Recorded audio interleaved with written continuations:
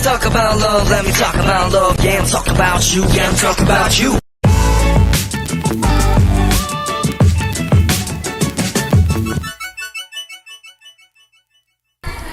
Assalamualaikum warahmatullahi wabarakatuh.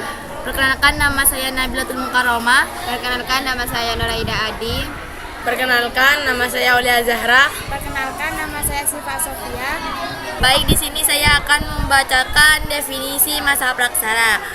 Zaman praksara di mana manusia belum mengenal yang namanya tulisan, sehingga hanya mengandalkan sisa-sisa fosil saja dalam melakukan komunikasi dan mempelajari kehidupan. Contohnya zaman batu logam. Praksara atau nileka atau prasejarah sendiri secara harafiah berarti sebelum pra, dan tulisan aksara ini adalah masa di mana manusia belum mengenal tulisan dan hanya mengandalkan fosil sisa makhluk hidup yang telah membantu dan artefak sisa peralatan manusia yang telah membantu untuk mempelajari kehidupannya. Baik, saya lanjutkan kepada pemateri yang kedua. Ciri-ciri masa praksara dan peninggalan masa praksara. Menggunakan peralatan yang sangat sederhana seperti membuat senjata dari batu, logam dan kayu, belum mengenal teknik memasak, sehingga hasil buruan umumnya dimakan mentah atau dibakar. Pada zaman praksara ini sudah ditemukan api yang membantu untuk memasak makanan dan perlindungan. Peninggalan zaman praksara. Nakara, Candrasa, Arka Perunggu, Moko, Becana Perungu, Kapa Persigi, Mata Panah. Baik, saya pasrahkan ke pemateri yang ketiga.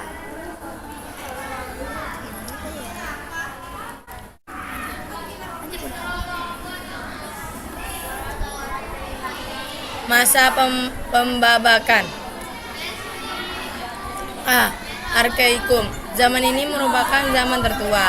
Kira-kira berlangsung selama 2.500 juta tahun. Pada saat itu kulit bumi masih panas LHO. Alhasil pada zaman permukaan bumi masih jauh dari stabil sehingga tidak ada kehidupan pada masa ini. Contohnya, zaman Arkaikum atau Arkeozoikum merupakan zaman permulaan bumi yang ditandai dengan terbentuknya kehidupan awal berupa sel prokariotik. Contohnya, Cyanobacteria atau dikenal juga sebagai ganggang biru hijau. Oke, saya akan pasrahkan pemateri selanjutnya.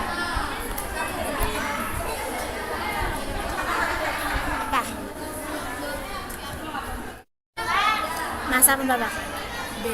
B. Nah, ini zaman ini kehidupan mulai muncul. Zaman primer atau zaman hidup tua ini berlangsung sekitar 340 juta tahun. Pada saat itu makhluk hidup yang muncul seperti mikroorganisme, ikan, amfibi, reptili, dan juga binatang-binatang lain yang tidak bertulang punggung. Di bawah ini adalah gambar makhluk hidup yang hidup pada zaman Paleozoikum. C. Zaman ini bisa juga disebut zaman Berungder atau pertengahan. Kira-kira berlangsung selama 110 juta tahun. Pada zaman pertengahan ini jenis reptil mencapai tingkat yang terbesar, sehingga pada zaman ini sering disebut juga dengan zaman reptil. Setelah berakhirnya zaman ini, maka muncul kehidupan yang lain, yaitu jenis burung dan binatang menyusui, namun tingkat populasi masih sangat rendah. Iklimnya hangat dan kering yang disebabkan oleh pertumbuhan serta memperkembangkan flora dan fauna. Mulai timbul dan mengembangkannya sebagai jenis tumbuhan berdaun lebar, amfibi, ikan, binatang selata, dan hewan menyusui pertama. Terbatasnya menyebabkan flora dan fauna. Oke, aku kasih ke materi yang selanjutnya. Dan kemudian Neozoikum. Yang pertama, Neozoikum itu ada Taisir atau zaman ketiga. Zaman Taisir berlangsung kira-kira selama 60 juta tahun. Zaman ini ditandai dengan berkembangnya jenis binatang menyusui seperti kera. Tersier adalah interval perubahan geologi iklim, oceanografi, dan biologi yang sangat besar. Ini mencakup transisi dari dunia yang hangat secara global yang berisi permukaan laut yang relatif tinggi dan didominasi oleh reptil ke dualisasi kutub, zona iklim yang sangat berbeda dan dominasi mamalia. Yang kedua, kuarter atau zaman keanekaragaman.